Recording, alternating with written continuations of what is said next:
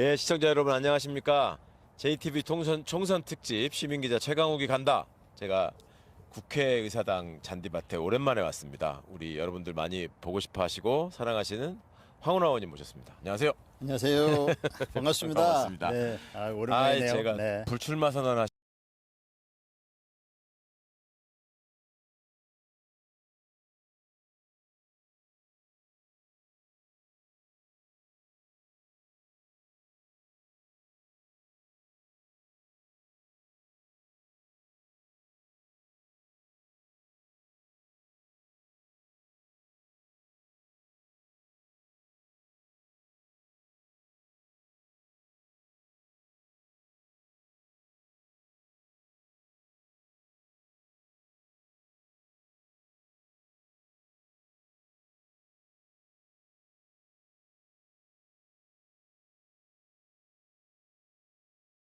넣어 놓으면은 박근혜가 나갈 수밖에 없어요.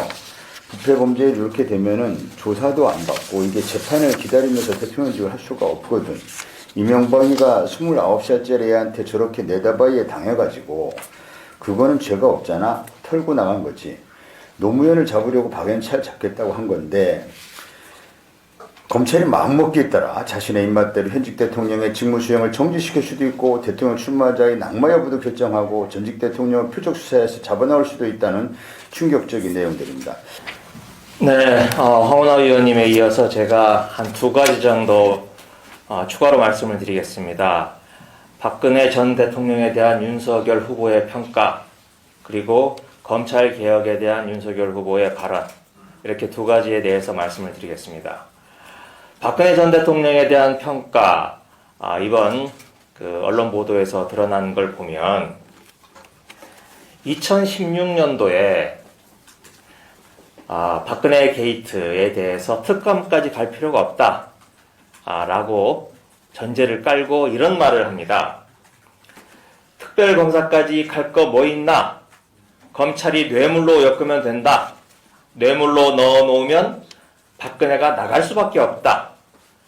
뇌물로 집어넣으면 박근혜 대통령이, 현직 대통령이 대통령직에서 물러날 수밖에 없다. 이런 취지의 발언을 했습니다. 이 발언을 한 시점이 2016년 12월 말 박근혜 최순실 특검이, 박용수 특검이 시작되기 직전으로 보입니다. 정황상. 당시는 김수남 검찰총장이 검찰총장으로 있으면서 특별수사본부를 차려서 최순실을 구속하고 박근혜 현직 대통령에 대해서 막 수사를 시작할 무렵이었습니다. 그런데 여러분들도 아시다시피 현직 대통령은 내란이나 외환의 죄가 아니면 소추되지 않는 그런 특권이 있습니다. 그럼에도 불구하고 현직 검찰이 이런 헌법적인, 법률적인 규정을 모두 뛰어넘어서 초강경의 압박 수사를 해야 된다. 그래서 박근혜 대통령이 자진해서 스스로 물러날 수밖에 없도록 만들어 가야 된다. 복잡하게 특검까지 갈 것 없다. 이런 태도를 보인 겁니다. 당시 한번 돌이켜보면 박근혜 대통령에 대해서 촛불 전국에서 여러 가지 태도가 있을 수 있었습니다. 하지만 제가 보기에 이 태도가 박근혜 대통령에 대해서 대한민국에서는 가장 강경한 태도였던 것으로 보입니다. 또 이번 녹취록을 보면 박근혜 대통령에 대한 조롱과 경멸을 늘어놓습니다. 한번 읽어드리겠습니다. 박근혜를 조진다. 뇌물을 재단법인으로 받아먹었구나. 원래 박근혜가 재단하는 사람이잖아. 직업이 재단 아니냐. 이렇듯 박근혜 대통령이 해왔던 그 전에 유경재단, 영남대 재단까지 거론을 해가면서 조롱과 경멸을 늘어놓았습니다. 불과 이게 5년 전 이야기입니다. 그런데 지금에 와서 대통령 후보가 되고 대통령 후보가 되겠다고 나설 때 어떤 말들을 했습니까? 나는 사실 박근혜 대통령을 불구속 수사하려고 했다. 또 박근혜 대통령을 찾아뵙고 싶다. 내가 검사로서 맡은 일을 했을 뿐이다. 이렇게 말을 하고 있습니다. 불과 그 짧은 시간 내에 말이 이렇게 달라지고 있습니다. 안과 밖이 전혀 다른 이야기를 하고 있는 겁니다. 도대체 뭐가 윤석열의 진심입니까?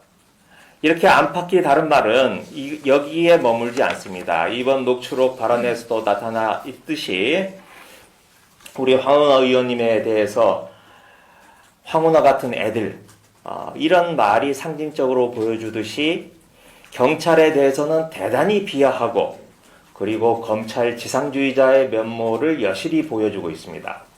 하지만 이는 검찰총장이 되고자 할 때 어떤 모습을 보였는가와 또 전혀 다른 상반된 모습입니다. 당시 검찰총장 후보자가 4명이 있었습니다. 그 4명을 놓고 청와대가 면접을 했는데 면접 당시에는 문재인 정부의 검찰개혁에 대단히 순응하는 정도를 넘어서서 그보다 더 나아가는 검찰개혁을 주장했다는 게 노영민 당시 비서실장의 인터뷰 내용입니다. 그 내용을 한두 가지만 말씀드리면 윤석열 당시 검찰총장 후보자는 문재인 정부의 검찰개혁 방향에 대한 찬성은 물론 오히려 정부보다 더 높은 수준의 의견을 보이며 필요성을 가장 강력하게 주장했다. 공수처 설치는 물론이고 검경 수사권 조정 등 검찰개혁에 대해서 가장 적극적인 입장과 태도를 보였다. 이런 내용들을 하고 있습니다. 이것 또한 정말 속된 말로 화장실 가기 전과 다녀온 뒤 완전히 달라지는 모습을 보인 겁니다. 단지 이렇게 다른 정도가 아니고 배신이라고 할 수 있죠. 노영민 실장은 그래서 이런 식의 표현을 씁니다. 가슴속에 배신의 칼을 숨기고 대통령과 국민을 속였다. 이게 노영민 실장의 단언입니다. 저는 이번 발언록을 통해서 녹취록을 통해서 우리 국민 여러분들께서 윤석열 후보의 진면모를 똑똑히 알아봐 주시고 3월 9일 아니죠. 오늘 사전투표 때부터 현명한 판단을 내려주시기를 부탁드립니다. 네, 이상입니다. 혹시라도 질문하실 게 있으신가요? 네. 그 녹취 파일을 다 못 들어서 그런데요. 이게 4시간이 넘는 걸로 나와 있는데 혹시 4시간 넘는 거를 다 뭐 분석을 하신 건지랑요. 이거 녹취를 녹음하신 분이 혹시 누구신지도 알고 계시는지. 녹음하신 분은 이게 이제 썬데이 저널에서 보내온 자료인데요. 썬데이 저널 측에서 녹음하신 분이 자신의 신원이 드러날까봐 몹시 걱정하고 계신답니다. 그래서 아직 그 신원을 확인하지 못했습니다. 그럼 이게 뭐 많은 사람들이 있는 자리에서 윤석열 후보가 말을 한 거였던 건가요? 그 녹음하신 분이 이제 직접 말씀하시지 않았기 때문에 그거는 정확히 알 수 없지만 시점을 보면 2016년 말, 즉 이제 최순실에 대한 수사가 특별수사본부를 통해서 본격화되고 이어서 이제 박영수 특검에 의한 특검 수사가 진행되고 이어서 문재인 대통령이 취임하고 윤석열이 중앙지검장으로 취임하고 한 그런 시점까지 길게 한 6개월 넘게 이어지는 여러 사례의 인터뷰 내용을 다 이렇게 모아놓은 한 4시간 분량입니다. 네, 그런 내용입니다. 맞죠? 네, 맞습니다. 그래서 이제 한 자리에서 4시간 넘게 얘기한 녹취록이 아니고 이제 그 2016년 말부터 2017년 윤석열이 이제 중앙지검장 취임 이후까지 이어지는 오랜 시간 동안 반복된 이제 인터뷰 내용들을 다 모아놓은 녹취록이다. 이렇게 이해하시면 되겠습니다.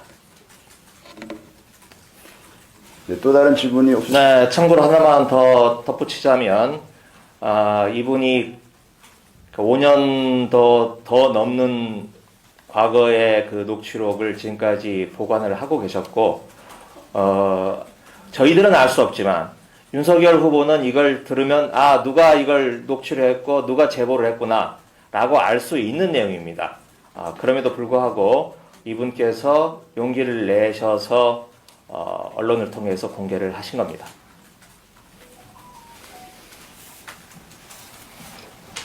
예, 없으시면 45분부터 또 우리 공보국에서 일정이 있는 걸로 알고 있습니다.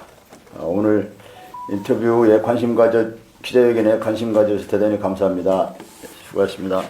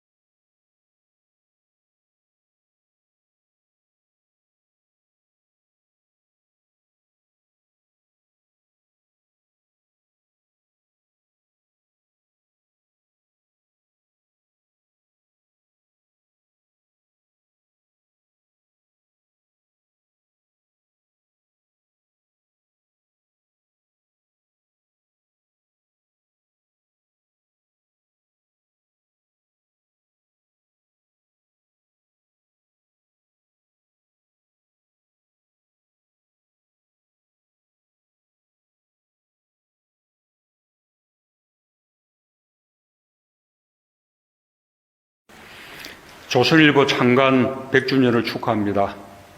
지난 100년 조선일보의 지면에는 대한민국 영족의 역사가 고스란히 실려 있습니다. 우리의 영광과 치욕, 애환과 분노가 매일 아침 조선일보와 함께했습니다. 3.1 독립운동으로 상승한 민족의 기운에 힘입어 1920년 조선일보가 신문명 진보주의를 표방하며 창간되었습니다. 창간된 해부터 모두 4차례 정간을 겪을 정도로 조선일보는 반일 민족주의에 앞장섰고 조선민중의 신문이라는 기치를 세웠습니다. 1927년에는 민족주의 진영과 사회주의 진영의 통합으로 이루어진 최대의 항일 민족운동단체 신간의 결성에도 큰 역할을 했습니다. 소설가 현증건, 염상석, 심훈, 시인 김기림, 백석, 이육사 등 당대에 손꼽히던 문인들과 지식인들이 조선일보의 기자로 활약했습니다. 또한 벽초 홍명희의 임꺽정, 만해 한용울의 흑풍 등 최고의 문학 작품들을 연재하며 결여의 울분을 달래주었습니다. 해방 후에도 조선일보는 국민의 곁에 있었습니다. 1995년에는 산업화는 늦었지만 정보화는 앞서가자는 캠페인으로 정보통신 강국의 미래를 준비했고, 외환 위기를 맞은 1998년 다시 뛰자 캠페인으로 국민에게 용기를 불어넣었습니다. 2007년 북한 결핵 어린이 돕기와 2014년 시작된 통일 캠페인은 높은 분단 극복 의지를 보여주었습니다. 조선일보 기자 여러분, 임직원 여러분, 조선일보의 영향은 매우 크고 그만큼 할 수 있는 일이 많습니다. 그 중에서도 가장 중요한 것은 국민 통합을 위한 역할입니다. 국민 통합에 앞장설 때 조선일보는 가장 빛났습니다. 100년 전 선조들이 3.1 독립운동으로 힘을 모아 불의와 억압에 맞섰던 것처럼 지금 온 국민이 코로나19 극복에 힘을 모으고 있습니다. 대구 경북의 시민들, 각계각층 남녀노소 모두가 서로를 믿고 격려하며 희망과 용기를 피워내고 있습니다. 지금이야말로 위기 극복을 위해 온 국민이 하나가 될 때입니다.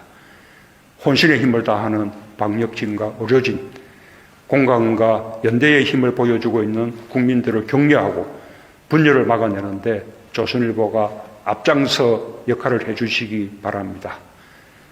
100년 언론은 그 자체로 하나의 역사입니다. 한 세기 동안 국민의 곁을 지켜온 조선일보가 공정한 언론과 함께 한반도 평화와 번영의 새로운 세기를 열어낼 것이라 기대합니다. 감사합니다.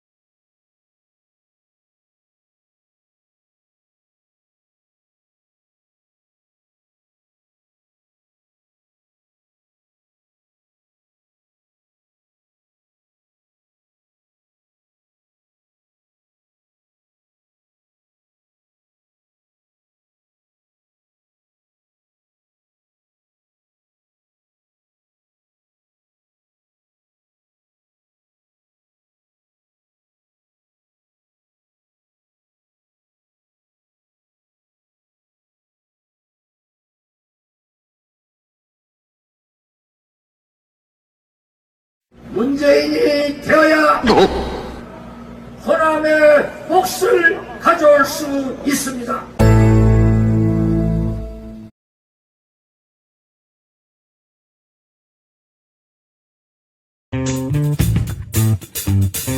다시 한번 말씀드립니다. 문재인이 되어야 광주의 가치와 호남의 몫을 가져올 수 있습니다.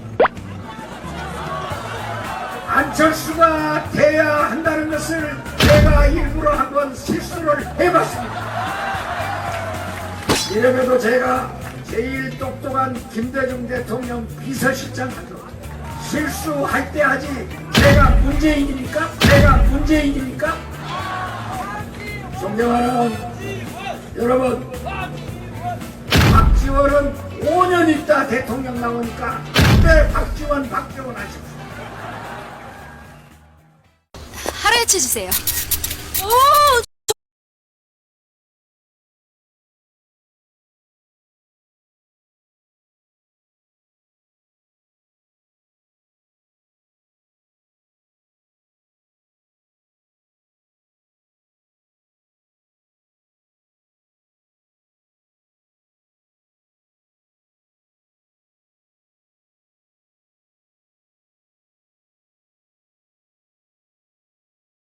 를 무겁게 가지기 바랍니다. 최강욱 의원님한테 그런 음식점에 얘기 들으니까 대한 진짜 이상합니다.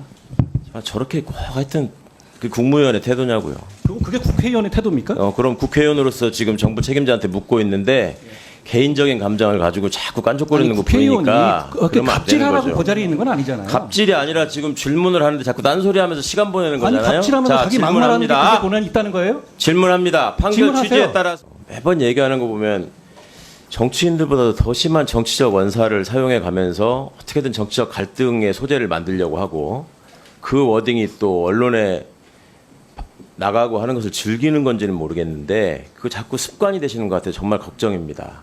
지금 옆에 앉아 계신 기관장분들 보세요. 그런 태도와 그런 어투와 그런 자세로 답변하시는 분이 계시는지.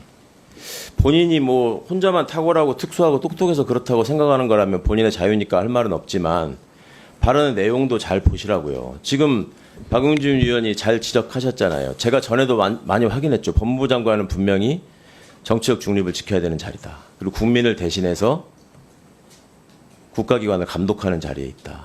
근데 말씀하는 거 보면 이게 검사의 대표자인지 검찰이 이게 수호자인지 국민을 대신해서 검찰을 감독하는 사람인지 헷갈리는 태도를 보이시는 때가 많단 말입니다. 자, 지금 공공기록물 관리법이나 정보공개에 관한 법률 뭐 이런 것들에 의해서 지금 세금 시민단체가 제기한 특활비 등 정보공개 청구 소송에서 대법원 일부 승소 판결을 확정했습니다. 그 집행은 잘 이루어지고 있다고 자부하십니까? 법무부 입장에서는? 제가 자부할 문제는 아니지만 네. 검찰에서 판결 취지에 따라서 집행 판결의 취지대로 잘 집행 공개되고 있다. 네. 예, 일단은 지금 2017년 1월부터 뭐 5월까지의 증빙 자료가 다 없어져 버렸다. 이 부분에 대해서는 장관이 그때 뭐 책임자가 아니라 잘 모르겠지만 당시에는 뭐 2개월이 지나면 폐기하는 지침 같은 게 있었던 거